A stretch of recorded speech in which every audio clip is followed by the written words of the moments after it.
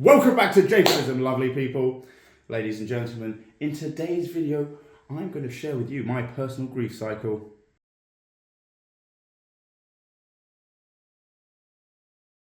I am quite the expert because I have been to the funerals of 2 parents, 4 grandparents and an uncle. And sadly, I've never been to a wedding, but I have been uninvited from one. I've pretty much experienced the full spectrum of feelings associated with bereavement, all the way from anger to pity. And in this video, I'm going to structure it based on my personal grief cycle.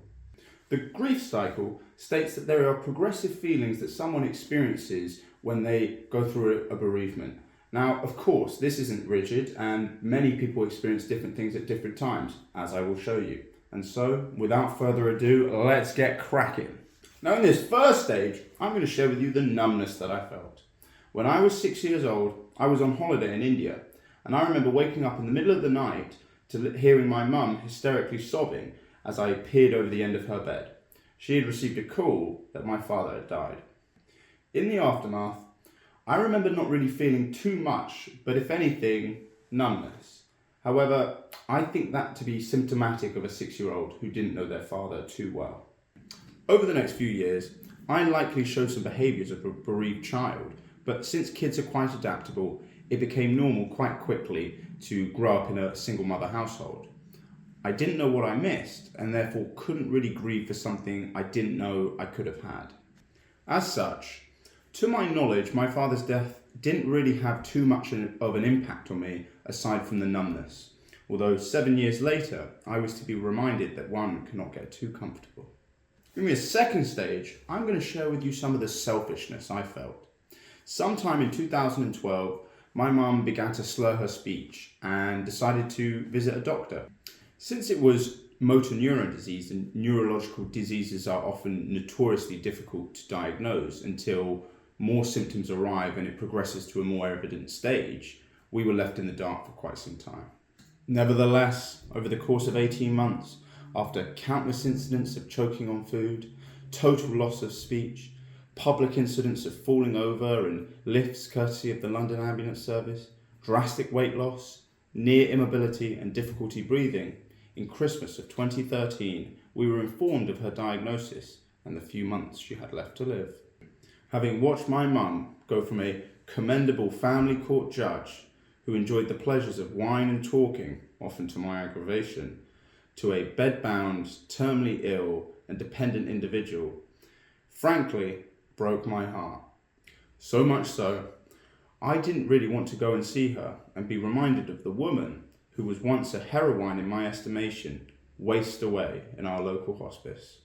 Despite the frequent visits, I often preferred to go see my friends and get high and deny the reality of the terribleness going on. I loved her dearly and couldn't bear to watch her go. I called this point selfishness, but it was likely more self-defense. In this third stage, I'm going to share with you the shock and grievance I felt. In January of 2014, whilst I was effectively waiting for my mother to die, my grandpa died suddenly. He was a good lad and he was your typical kind of, I've got your nose, pull your finger apart kind of granddad. And so when he died, I was in the midst of anticipating my mother's death. And so it came to me as a bit of a shock since it was so sudden. I wasn't sad as such or anything along those lines, but more like, oh, well, that's a bummer, I'm going to miss him. I think my less emotive reaction was the result of all my focus being on my mum. The reaction was one more of grievance. I was sad that I wouldn't be able to get to see him again. I was sad that I wouldn't get to listen to his shitty jokes. It was a shame, but in those circumstances, you got to prioritise, and I had more pressing matters at hand. Now in this fourth stage, I'm going to share with you the relief I felt. On the evening of the 17th of April 2014, my brother gave me a phone call saying it was time and to rush to the hospice. I stubbed out my joints, ran to the local station and then to the hospice. I was asked prior if I would be okay seeing her dead, and in my fragile macho-ness I scoffed, of course I will be. Now, having rushed into the hospice, my violent breathing and urgent manner was enough to pacify the sign-in lady. If not bursting for a shit, there's only one reason somebody runs into a hospice. After running down the lengthy corridors, I reached her room, entered, and took a few tentative steps towards her bed. To find my dear mother, all yellow and unrecognisable, was unsurprisingly too much. Throwing my hands in the air and abandoning my previous nonchalance, I said I couldn't do it, and I left the room in fear. She was pronounced dead shortly thereafter. And I remember standing outside the hospice smoking a cigarette and telling a family friend, well, the votes are in. I am totally fucked. Despite the unprecedented level of anxiety I felt towards my future, I also felt great relief. All the time of waiting, anticipating, dreading was over. No longer did my mum have to suffer, and no longer did I have to be reminded of her failing health and her ultimate fate. The pieces were now shattered, and I could begin to pick them up. In this fifth stage, I'm going to share with you the feelings of being overwhelmed that I experienced. Over the following months, the only feeling that best describes how I felt was one of overwhelming depression. I found no enjoyment in anything besides weed and chilling with my friends, and all I cared about was making it to tomorrow. I wished for the world to just pause for one fucking second and just give me a bloody break. I wished for things to go back to normal, just like how they used to be. And despite wanting to curl up in a ball, smoke cigarettes in bed and not have to face the world, the sun rose and set and time passed. I felt like a directionless boat just floating around with no rudder. Regardless of the shock and disbelief that I felt at the injustice of it all, there was no amount of denial that could quell the sadness within me. I just wanted to escape from all the "you're so strong and I'm so sorry for your loss" nonsense. If only they knew the whirlwind of shit going on inside me, they'd keep their tactless remarks to themselves. The grief train was well underway and far from the end of its journey. Now in this sixth stage, I'm going to share with you the deep, empty achiness that was within me. A bottomless pit, the source of this ache, opened up within me, and the only solution to its closure was now 6 feet in the ground. The people that I needed the most to get over a pain like this were the ones fucking responsible for it. Despite the lack of enjoyment that I sought from anything, I also felt intense guilt. If only I hadn't been so selfish and spent more time with her. If only I got to hold her hand one more time. If only I got to listen to her unintelligible mumble one more time. If only I got to tell her that I loved her one more time. I tried to bargain with myself with things that I could have or wished I'd done differently, but it was no use. As hard as I tried, there was always something that reminded me of the inadequate and paltry role that I played as her son toward the end of her life. Now in stage 7, soon after I reasoned away the unreasonableness of if-onlys and could-have-beens, I felt intense solitude. I remember at some point in 2016, my therapist asked me, if I got another chance, what would I say? Pausing, I asked, "Do you miss me?" And in an instant, I broke apart. I realised that I longed for her love and acknowledgement. There is something in a child without the love of a parent which takes a lonely toll. However, it was not only in regard to my parents, but also my peers. I remember just wishing to meet somebody who'd had a similar experience and could relate to how I was feeling, aka totally fucked. We didn't have to know each other, but so long as we knew our backstory, we knew each other. Although I knew this would be hard given the statistical improbability, never mind their forthrightness. When you lose someone you love, one tends to feel incredibly isolated. You could be in a room full of people, but still feel alone. Nobody knows what to say or how to treat you. They all just tiptoeing around, asking if you're okay, and you respond with, "Yeah, alright, you," but you really want to say, "No, I'm not, I'm so fucking fucked, and fuck you for reminding me," but you don't want to burden them with your deep and solitary darkness. And so you continue to battle the demons and try to find that light at the end of the tunnel, or that silver lining that everyone keeps banging on about. Now in this 8th stage, then comes the anger. People would often say to me, in opposition to some of my life choices, "What would your mum say?" And my embittered response nearly every time was nothing, because she's fucking dead. And so, as my overwhelming depressive state and unrelenting solitude took a hold, I would actually ask myself, how fucking dare you leave me? You fucking bastards. I needed you, and you just got up and left me to figure it all out when I needed you more than ever. Well, fuck you then. Your blessing or not, I'll do as I fucking please. If not eccentric, maybe a little unreasonable, I would say this as I would look up into the sky, just hoping they were listening. I also remember thinking, well, ain't this unfucking fair? Why do I, of all the far more deserving dickheads, get to be deprived of the only people I know love me? You are not only deprived of the individuals, but of the memories that you were going to have with them. They aren't going to see you graduate. They aren't going to be there to cheer you on or celebrate your achievements. They aren't going to see their grandchildren, and nor vice versa.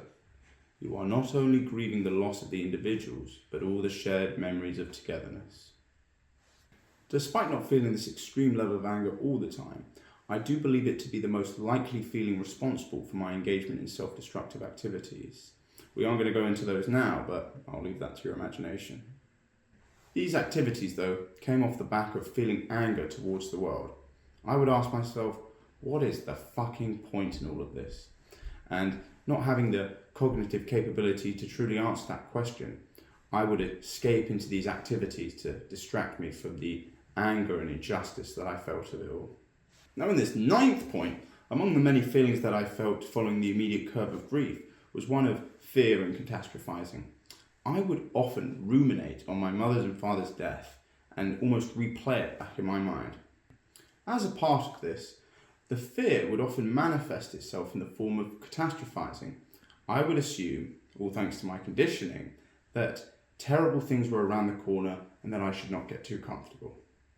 As such, I would engage in unnecessary behaviours and actions and take quite an extreme view of life. I would wear my clothes until they resembled old dish rags due to the stains and tears. I would turn the heating off of my house due to a fear of running out of money. And I do not and have not owned a coat for a number of years. I would do all this to effectively be in a constant position of discomfort as my youthful brain rightly assumed life was only going to deal me more shit mountains, and therefore it would be unwise to not sufficiently prepare. I should note that it wasn't until last year, upon great reflection, that my existence, similar to that of one of Pavlov's drooling dogs, was wrought with falsely held beliefs and was inhibiting my ability to live in the moment, let go, and be happy. Now, in this 10th stage, from probably about a year on from my mother's death, over the next few years, my feelings towards my grief were quite sporadic, ranging from anger, sadness, numbness, loneliness, but quite a consistent theme of my grief was one of being misunderstood. There came a point where, despite getting over the summit of Shit Mountain, I was perhaps a little bit more quiet and maybe less outgoing. And despite wanting to be around other people, one would not be wrong to think that I wished to be elsewhere. When someone loses someone they love, especially a parent or two, they wish that people just knew their backstory without having to exchange the story, followed with the awkwardness of, that's so terrible, I'm sorry for your loss. You wish people just knew what to do with you. I have often wished, though not literally, that I had a physical scar on me that displayed the great trauma that I've been through and served as a symbol without an explanation. And therefore, if I am a little bit quiet or a bit grouchy, it's not personal and you know why. And now in this 11th point, soon enough, Shit Mountain was in my rearview mirror and I began to heed the words of my mum's last bits of advice. Work hard, and that I did. I got some good achievements under my belt and, however hard to believe, it served as evidence that I could do this life thing without her. And as reluctant and as hesitant as I was, I began to have hope for the future. Despite her not being around anymore, I realised that life didn't have to be as scary and dark and as sad as it had been. When I wished for things to return to normal, a family friend said to me, there will be a new normal, and she chats a lot of shit, but this time she wasn't. Life felt a little bit less turbulent, and I began to see the light at the end of the tunnel. That's not to say that if How to Save a Life by the Fray comes on, I won't absolutely bawl my fucking eyes out. And in this 12th point, here comes the peace and the serenity. Finally, whether it was not putting my finger in a socket or getting out of bed to do the things I needed to do, I could trust Jacob to be a good parent to himself. And after 7 fucking long years, there was one defining moment during Christmas of 2021 when I realised that I could let go and I had found peace in my grief. Those 7 years were incredibly self-centred in terms of my grief. However, I began to think about how my mum felt in her final days. Her life was ending prematurely and she didn't want to die. But I think the biggest thing for her was that she was leaving her children who were hurting, and as hard as she tried, she couldn't be there for them as a mother when she so desperately wished to be. And so that defining moment came to me in the form of asking myself, once again, what would I now say to her if I got another chance? And it went something like this. Thank you for everything you did, everything you do, and everything you will do. You must have been so scared, and I am sorry that you had to go through that. Don't worry, we're okay. And even though you might not be here today, you never left me, and I will always love you. And so, lovely people, it's time to end. I hope that today's video has shown you that grief is a strange roller coaster of emotions, and it doesn't matter how, what, why, or when. Grief is not something that you get over as such, but more come to terms with. It's coming up to the 9th anniversary of my mum's death, and there hasn't been a day since when I haven't thought about her, and I hope that never changes.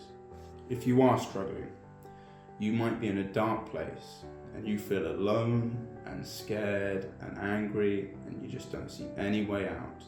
But I promise, if you just try and make it to tomorrow, one day, life will begin to feel just a bit better. And if you wish to share your experiences, whether it's in the comments or more privately on Instagram, do not fucking hesitate. The pleasure would be all mine. Thank you all for watching. I wish you the best on your journeys. And if you want bragging rights for being one of the OG subscribers, you know what to do.